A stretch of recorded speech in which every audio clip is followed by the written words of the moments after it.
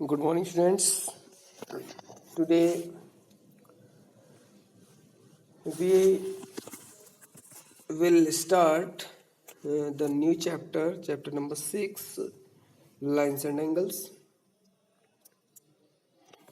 So, in this chapter, you will study the properties of the angles formed when two lines intersect each other, and also the properties of the angles formed when a line intersects two or more parallel lines at distinct points. Further, you will use these properties to prove some statements.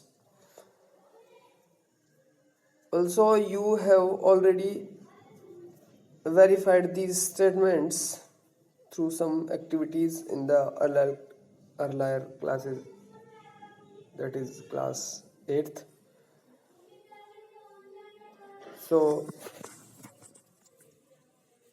now आपकी जो daily life है, उस daily life में आपने बहुत सारे angles बनते देखे होंगे। जैसे जो भी मतलब सपोज दैट ये अगर एक मैं चेयर बना देता हूँ इस टाइप की, ये साइड में से मैंने दिखाया है, ये चेयर है। तो हम देखते हैं कि यहाँ पे भी चेयर्स के बीच में ये कुछ एंगल होता है, ठीक है। एंगल हमने पहले भी पढ़ा है। इसकी जो लेग्स होती है, लेग्स की और सीट के बीच में भी एंगल्स होते हैं इस तरह से, ठीक है ना। तो इस तरह के बहुत सारे डेली बेसिस एग्जांपल्स हैं जिसमें हम देखते हैं कि दो लाइंस बन रही हैं और वहाँ पे एंगल्स हैं। अगर मैं मतलब तुम्हारा एक डबल बेड एक बेड लगा लूँ, सिंगल बेड, ठीक है। तो यहाँ पे भी हम देखते हैं कि जो बेड के एजिस होते हैं, यहाँ पे एंगल जो है 90 डिग्री का होता है, यानी कि दोनों बिल्कुल एल टाइप बनते हैं। जैसे बिल्कुल एल होता है, इस तरह से एल टाइप एंगल्स हम फॉर्म करते हैं। तो बहुत सारी डेली जीवन की बहुत सारी चीज़ें ऐसी हैं जिसमें हम एंगल्स को देखते रहते हैं, ठीक है। सो आज हम इसी बारे में थोड़ा सा बेसिक्स के बारे में चर्चा करेंगे, लाइंस एंड एंगल्स के। तो सबसे पहले आता है लाइन सेगमेंट। सबसे पहले क्या आता है? Line segment. तो लाइन सेगमेंट क्या है? अब मैं आपको बोलता जाऊंगा और आप लोग इनकी डेफिनेशंस जो है लिखते जाओगे, ठीक है। तो सबसे पहले आप हेडिंग डाल लीजिएगा line segment. What is line segment, ठीक है। तो line segment is a part of a line. एक लाइन का पार्ट होता है और उसके दो एंड पॉइंट होते हैं, ठीक है। तो मैं इसकी डेफिनेशन बोल रहा हूँ। A line segment is a part of a line with two end points, TWO, two end points, जिसके दो एंड पॉइंट होते हैं, वो लाइन सेगमेंट होता है। जैसे अब लाइन क्या होता है? लाइन का कोई भी एंड पॉइंट नहीं होता है। लाइन जो है इनफाइनाइट, यानी यूनिवर्स से आ रही है, यूनिवर्स में जा रही है, ये नहीं पता वो कहाँ से आई कहाँ चली गई, चलती जा रही है, ठीक है। तो ये तो होती है लाइन। तो जितने भी हम अपनी नोटबुक में ड्रॉ करते हैं वो लाइन सेगमेंट होता है, ठीक है। तो लाइन सेगमेंट क्या होता है? एक लाइन का पार्ट होता है। तो यहाँ से ये दो एंड पॉइंट हो गए, तो ये लाइन सेगमेंट हो गया, ठीक है। लाइन अगर इसके बराबर में कोई लाइन खींच दूँ मैं और इधर भी एरो लगा दूँ और इधर भी एरो लगा देता हूँ, तो ये लाइन हो गई। इसका मतलब ये है कि लाइन इधर भी चलती जा रही है और लेफ्ट हैंड साइड भी चलती जा रही है। क्लियर? तो ये हो गया हमारा लाइन सेगमेंट। ये सारी डेफिनेशंस आप लोग नोट करोगे। उसके बाद है हमारे रे। तो रे क्या होता है? रे भी एक लाइन का पार्ट है। क्या है? रे। तो रे is also a part of a line with one and point. उसका सिर्फ एक ही एंड पॉइंट होता है, यानी यहाँ से चली और इधर को चलती जा रही है, ठीक है। ये होती है रे। क्लियर? चलिए, इसके बाद में है, आप एडिंग डाल लीजिएगा कोलिनियर पॉइंट्स। क्या डालोगे? कोलिनियर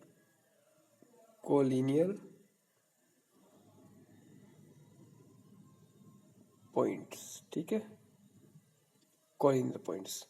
तो कॉलिनियर पॉइंट क्या होता है? पॉइंट के बारे में सबको पता है, डॉट को पॉइंट बोलते हैं, हमने पहले पढ़ा था पॉइंट्स के बारे में, ये पॉइंट्स है, ठीक है। तो अगर मैं कोई भी दो पॉइंट रो करता हूँ, दो पॉइंट रो कर दिए, एक पॉइंट ये हो गया, एक पॉइंट ये हो गया, ठीक है। तो इन दोनों पॉइंट को जब भी ज्वाइन करूंगा तो एक लाइन सेगमेंट बनेगा, हमेशा एक लाइन सेगमेंट बनेगा। दो पॉइंट्स को अगर मैं ज्वाइन करता हूँ तो हमेशा एक लाइन सेगमेंट बनेगा, ठीक है। लेकिन अगर मैं तीन पॉइंट ड्रॉ करता हूँ, 1 2 3, और इन तीनों को ज्वाइन करता हूँ, तो कभी भी एक स्ट्रेट लाइन नहीं बनेगी, दो स्ट्रेट लाइन बनेंगी, ठीक है। एक ये बन गई, एक ये वाली लाइन हो गई, एक ये वाली लाइन हो गई, ठीक है। तो अगर तीन पॉइंट इस तरह से हों कि जब हम उन्हें ज्वाइन करें तो एक लाइन बने, तो वे तीनों पॉइंट क्या कहलाते हैं? कॉलिनियर पॉइंट कहलाते हैं, ठीक है, कॉलिनियर पॉइंट कहलाते हैं। तो दो पॉइंट तो हमेशा एक लाइन फॉर्म करते हैं, लेकिन तीन पॉइंट का भरोसा नहीं होता कि वो एक लाइन फॉर्म करेंगे या नहीं। तो अगर थ्री पॉइंट्स एक लाइन फॉर्म करते हैं तो वो कॉलिनियर कहलाते हैं, अदरवाइज नहीं कहलाते, ठीक है। तो इसकी डेफिनेशन लिख लीजिए, if three or more points lie on the same line they are called collinear points, ठीक है। Otherwise they are called non collinear points. क्या? नॉन कॉलिनियर पॉइंट्स, ठीक है। तो डेफिनेशन मैंने बता दिया आपको, if three or more points lie on the same line they are called collinear points, otherwise they are called non collinear points. Clear?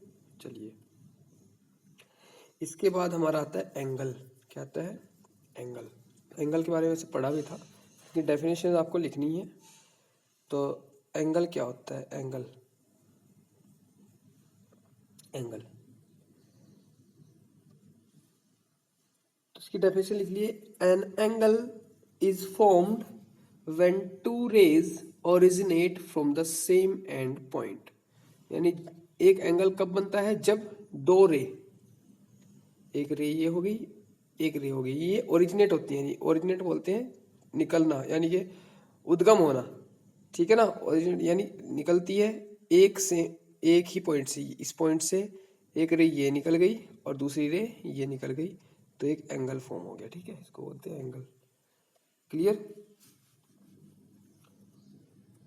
और जो रेज एंगल फॉर्म करती हैं, ये वाली रे और ये वाली रे, इनको हम बोलते हैं आर्म्स। क्या बोलते हैं? आर्म्स बोलते हैं। और जिस पॉइंट से ये ओरिजिनेट बोलते हैं, ओरिजिनेट हो रही है, इसको बोलते हैं वर्टेक्स। क्या बोलते हैं?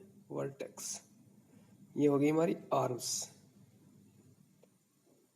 क्लियर? ये भी आर्म है और ये भी आर्म है, ये होगी हमारी आर्म्स दोनों लाइंस। ये वर्टेक्स हो गया, ये पॉइंट को हम बोलते हैं वर्टेक्स। क्लियर? तो इसकी डेफिनेशन लिखने की जरूरत नहीं है वर्टेक्स और आर्म्स की, सिर्फ एंगल की डेफिनेशन आप लोग लिखोगे, ठीक है। चलिए, इसके बाद में है टाइप्स ऑफ एंगल्स। एंगल्स के टाइप क्या क्या होते हैं? टाइप्स ऑफ एंगल्स, ठीक है। तो सबसे पहले नंबर बता एक्यूट, ये तूने पढ़ा भी था 8th क्लास में, एक्यूट एंगल। तो एक्यूट एंगल एक ऐसा एंगल, यानी कि एंगल को थीटा से शो अगर मैं करता हूँ, थीटा से शो करता हूँ, अगर थीटा जो है 90 डिग्री से कम है, ठीक है, 90 डिग्री से कम है और 0 डिग्री से ग्रेटर है, तो वो एक्यूट एंगल होता है, ठीक है। 0 और 90 के बीच का एंगल एक्यूट एंगल। 0 डिग्री अगर उसकी मेजरमेंट है तो उसको जीरो एंगल ही बोलते हैं, ठीक है। तो वैसे सबसे पहले जीरो एंगल आता है, angle whose measure is zero, ठीक है ना। तो वो जीरो एंगल होता है। और 0 और 90 के बीच का एक्यूट एंगल। उसके बाद में नंबर 2 पे जो आता है हमारा, वो आता है राइट एंगल, ठीक है। क्या आता है? Right angle. Number 2 right angle. तो राइट एंगल क्या होता है? अगर एंगल जो है 90 डिग्री के इक्वल हो तो उसको राइट एंगल बोलते हैं, ठीक है। थर्ड नंबर पे आता है हमारा ऑब्ट्यूज एंगल्स, ठीक है ना। ऑब्ट्यूज एंगल थर्ड नंबर पे आ गया हमारा ऑब्ट्यूज एंगल, ठीक है। ऑब्ट्यूज क्या आता है, अगर कोई एंगल 180 डिग्री से छोटा है और 90 डिग्री से बड़ा है तो उसको हम ऑब्ट्यूज एंगल बोलते हैं। क्लियर। अब अगर कोई एंगल 180 के इक्वल हो, ये 4th नंबर पे आ जाएगा हमारा स्ट्रेट एंगल।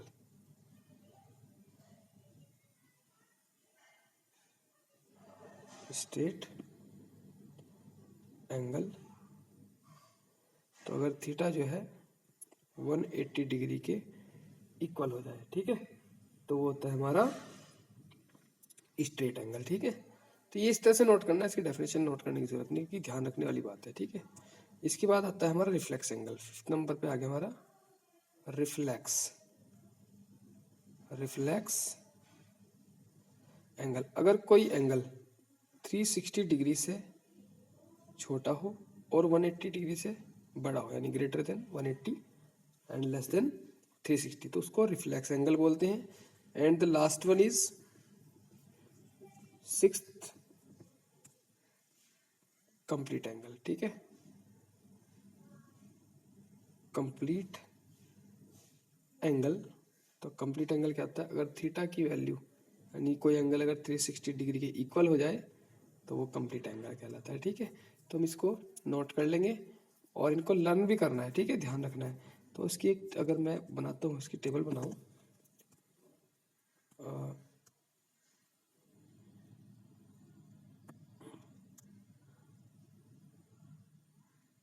ये ठीक है, तो यहाँ पे ये 0 डिग्री है, यहाँ पे ये 90 डिग्री, ये 180 डिग्री, ये 270 डिग्री यहाँ पे, और यहाँ पे फिर से 180 डिग्री भी होता है। ठीक है, तो ये जो 0 डिग्री का एंगल है इसको बोलते हैं जीरो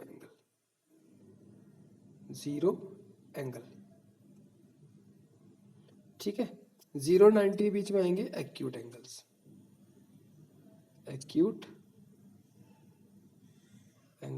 90 डिग्री एंगल को बोलेंगे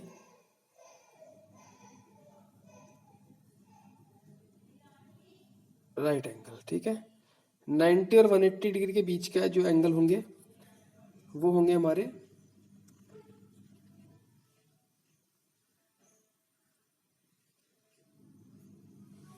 अच्छा 90 डिग्री का राइट एंगल हो गया। अच्छा हाँ, 90 और 180 के बीच के होंगे हमारे ऑब्ट्यूज एंगल। क्या होंगे, ऑब्ट्यूज एंगल्स। ठीक है, और 180 270 के बीच का, अच्छा 180 रह गया, 180 का जो एंगल होगा वो होगा हमारा स्ट्रेट एंगल।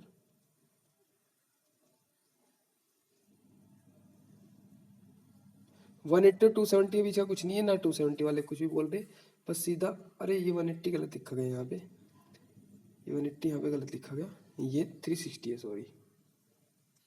तो 180 से लेके 360 तक ये पूरा का पूरा, अब मैं इसको रफ कर दे रहा हूँ, इसकी जरूरत नहीं है 180 की, 270 की, सॉरी। ठीक है, इसको रफ कर दे रहा हूँ, इस लाइन को भी थोड़ी शॉर्ट कर दी मैंने, क्योंकि इस लाइन की कोई खास जरूरत नहीं पड़ रही, यानी कि जो वाई नेगेटिव एक्सिस है इसकी जरूरत नहीं पड़ रही।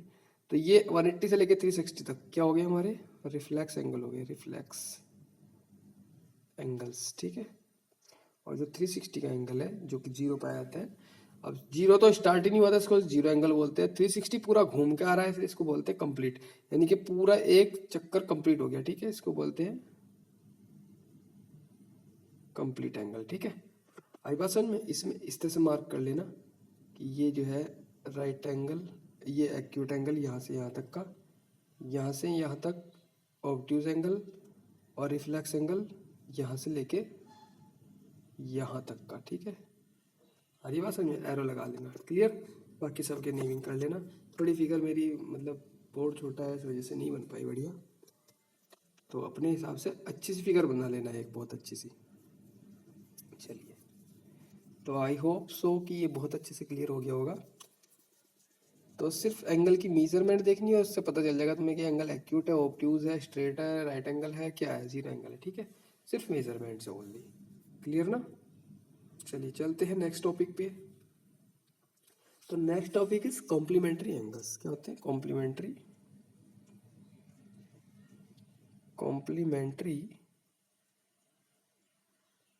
एंगल्स। देखो यहाँ पे लिखा है कॉम्प्लीमेंट्री एंगल्स, यानी प्लूरल फॉर्म है। तो यानी कि एक एंगल कभी भी कॉम्प्लीमेंट्री नहीं होता, हमेशा दो एंगल कॉम्प्लीमेंट्री होते हैं, ठीक है। तो ऐसे दो angle, if sum of two angles is 90 degree, then the angles are called complementary angles, ठीक है ना। complementary angles ऐसे लिख दिया मैंने, एंगल बना के ऐसे लिख दिया एंगल्स, ठीक है। शॉर्टकट में जगह नहीं बची थी, तुम पूरा लिखना है एंगल्स, ठीक है। तो अगर दो एंगल्स ऐसे हों कि उन्हें ऐड करके 90 डिग्री आ रहा हो, ठीक है, तो वे दोनों क्या कहलाएंगे, कॉम्प्लीमेंट्री एंगल्स कहलाएंगे एक दूसरे के, ठीक है। यानी कि जैसे सपोज दैट 30 डिग्री और 60 डिग्री, अगर मैं इन दोनों को ऐड करूं तो कितना आएगा, 90 डिग्री, ठीक है। तो इसका मतलब 30 डिग्री इज द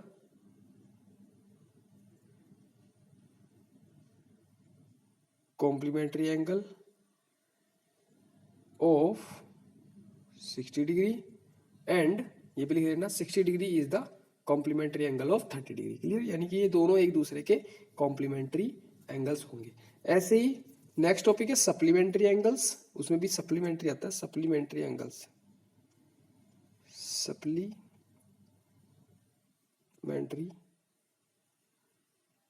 एंगल्स। तो सप्लीमेंट्री एंगल्स कह सकते हैं, यही डेफिनेशन जो कॉम्प्लीमेंट्री वाली है, यही डेफिनेशन सेम टू सेम लिखनी है, बस जहाँ 90 है 180 आएगा, ठीक है। यानी कि ऐसे दो एंगल जिनका सम 180 डिग्री हो, तो ऐसे एंगल एक दूसरे के सप्लीमेंट्री एंगल कहलाते हैं। जैसे सपोज दैट एक एंगल आ गया 100 का और दूसरा आ गया 80 का। क्लियर, तो इनको ऐड कर कितना आएगा 180।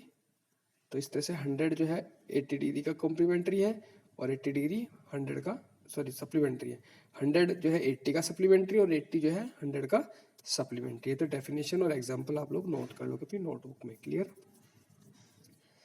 चलिए तो नेक्स्ट टॉपिक है हमारा एडजेसेंट एंगल्स, ठीक है। क्या है हमारा, एडजेसेंट एंगल्स। एडजेसेंट एंगल्स कैसे होते हैं,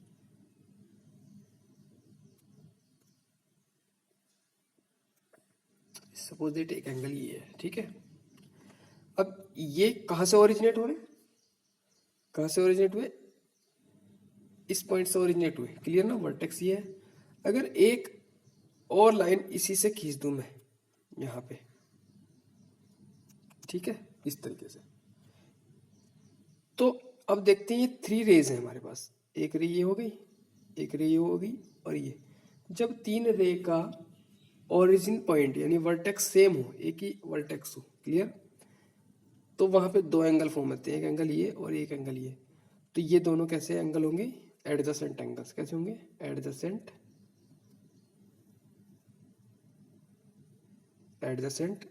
एंगल्स। तो एडजेसेंट एंगल्स कैसे होंगे, इसकी डेफिनेशन लिख लीजिए। Two angles are adjacent if they have a common vertex. Clear ना, and a common arm and their common arms are on different sides of the common arm, ठीक है ना। यानी कि उनकी एक कॉमन आर्म होगी। क्लियर, कॉमन आर्म कौन सी है, ये वाली कॉमन आर्म है इसकी। दो एंगल्स ऐसे हैं, उनका वर्टेक्स सेम है और एक आर्म जो है कॉमन है, और कॉमन आर्म की दो आर्म अलग अलग होगी, एक इस साइड एक इस साइड। तो ये एंगल्स कैसे होंगे, हमेशा एडजेसेंट होंगे। क्लियर ना। चलिए नेक्स्ट टॉपिक डालते हैं, लीनियर पेयर, ठीक है ना। Linear pair of angles, heading डाल लीजिए, लीनियर पेयर ऑफ एंगल्स। तो लीनियर पेयर क्या होता है, अगर सपोज दैट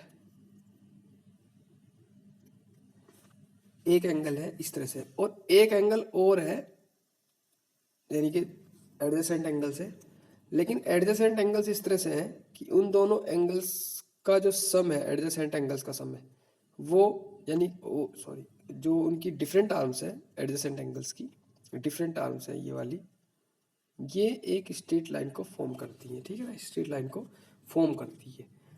यानी एडजेसेंट एंगल्स तो है क्योंकि दोनों साथ साथ लगे हुए, दोनों का कॉमन वर्टेक्स है, ये इनका दोनों का कॉमन वर्टेक्स है, तो कॉमन वर्टेक्स है। और ये जो डिफरेंट इनकी साइड से, ये तो कॉमन आर्म हो गई, ये वाला तो कॉमन आर्म है, और ये दोनों डिफरेंट आर्म्स है, ठीक है। तो डिफरेंट आर्म्स जब भी एक स्ट्रेट लाइन बनाएंगी, एक स्ट्रेट लाइन बना दी, तो वहां पे लीनियर पेयर बनते हैं, एंगल्स के लीनियर पेयर, ठीक है। और जो दो एंगल बनते हैं उनका जो सम होता है ऑलवेज 180 डिग्री के इक्वल होता है, क्लियर, ऑलवेज 180 डिग्री के इक्वल होता है। तो ये हमारा लीनियर पेयर कहलाता है, ठीक है।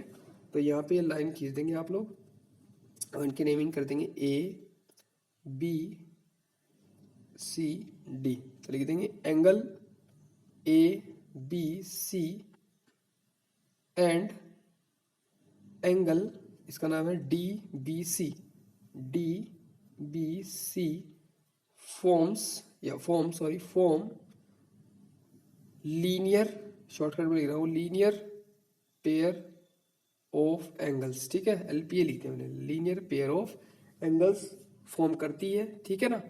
ऑल्सो ये रफ कर देना, ऑल्सो करके लिखना है, ए बी सी और डी बी सी एंगल है, ऑल्सो लिख करके लिख देना, also angle A B C plus angle D B C equal to 180 degree, clear ना। ये ध्यान रखना, ये लीनियर पेयर की क्या है, प्रॉपर्टी है। आई बात समझ में। तो आज तुम्हें प्रॉपर्टीज ही मैं सारी बताऊंगा, क्लियर ना। चलिए, तो नेक्स्ट जो टॉपिक है हमारा वो है वर्टिकली अपोजिट एंगल्स, क्लियर ना, vertically opposite angles.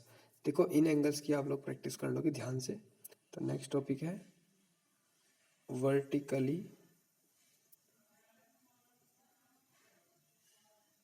Opposite angles, ठीक है ना, वर्टिकली अपोजिट एंगल्स। तो अगर दो लाइन इस तरह से इंटरसेक्ट करती हैं, ठीक है ना, सपोज दैट इन लाइंस के नाम है ए बी सी डी, और ये यहाँ पे ओ पॉइंट पे क्या करें, इंटरसेक्ट करती है, क्लियर।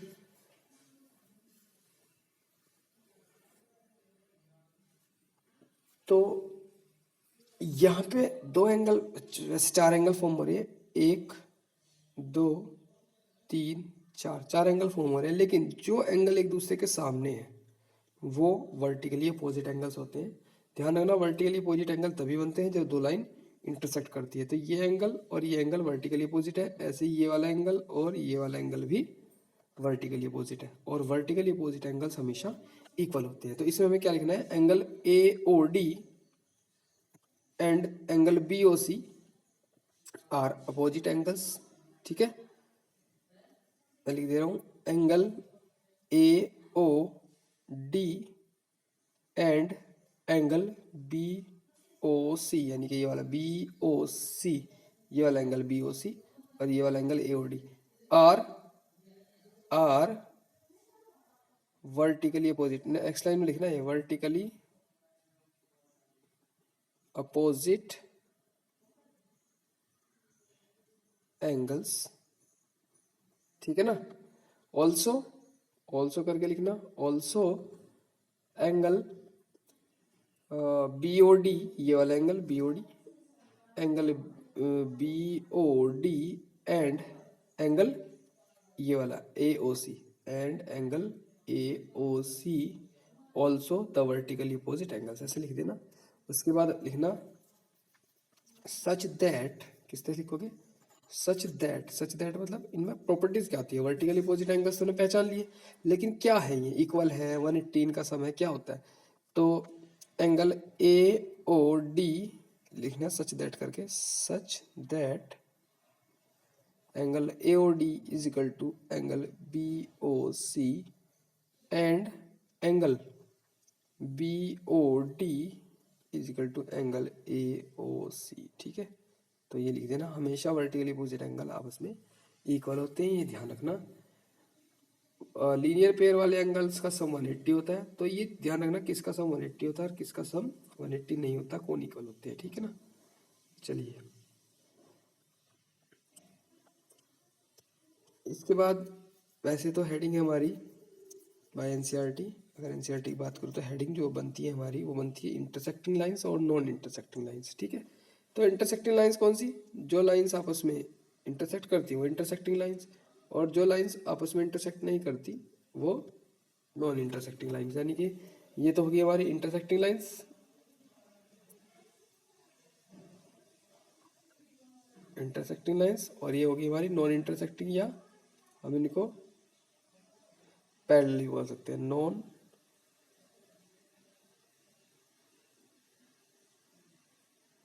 इंटरसेक्टिंग लाइंस, या हम पैरेलल बोल सकते हैं, पैरेलल लाइंस, ठीक है। चलिए इसके बाद आज तो आपके लिए इतना ही वर्क है, कल इसके हम क्वेश्चंस करेंगे। आज आप लोग ये वर्क करोगे, सारा नोट करना है, जितना भी मैंने वीडियो में बताया सारा का सारा वर्क नोट करना है आज। ओके स्टूडेंट्स, और ये सारा स्टडी करना है। मैंने आपको होमवर्क ये मत समझना कि नहीं दे रहा हूँ, होमवर्क यही है कि जितना आज वर्क कराया है वो सारा का सारा स्टडी करना है ढंग से, क्योंकि बेसिक्स जितना भी आप स्टडी करोगे, जितना भी बेसिक आप ज़्यादा से ज़्यादा बेसिक स्टडी करोगे, उतना ज़्यादा ये चैप्टर बहुत अच्छे समझ में आएगा। और इसके बाद वाले चैप्टर जितने भी लाइन्स एंड एंगल से रिलेटेड है वो सारे के सारे आपको समझ में आ जाएंगे। क्लियर? चलिए ओके।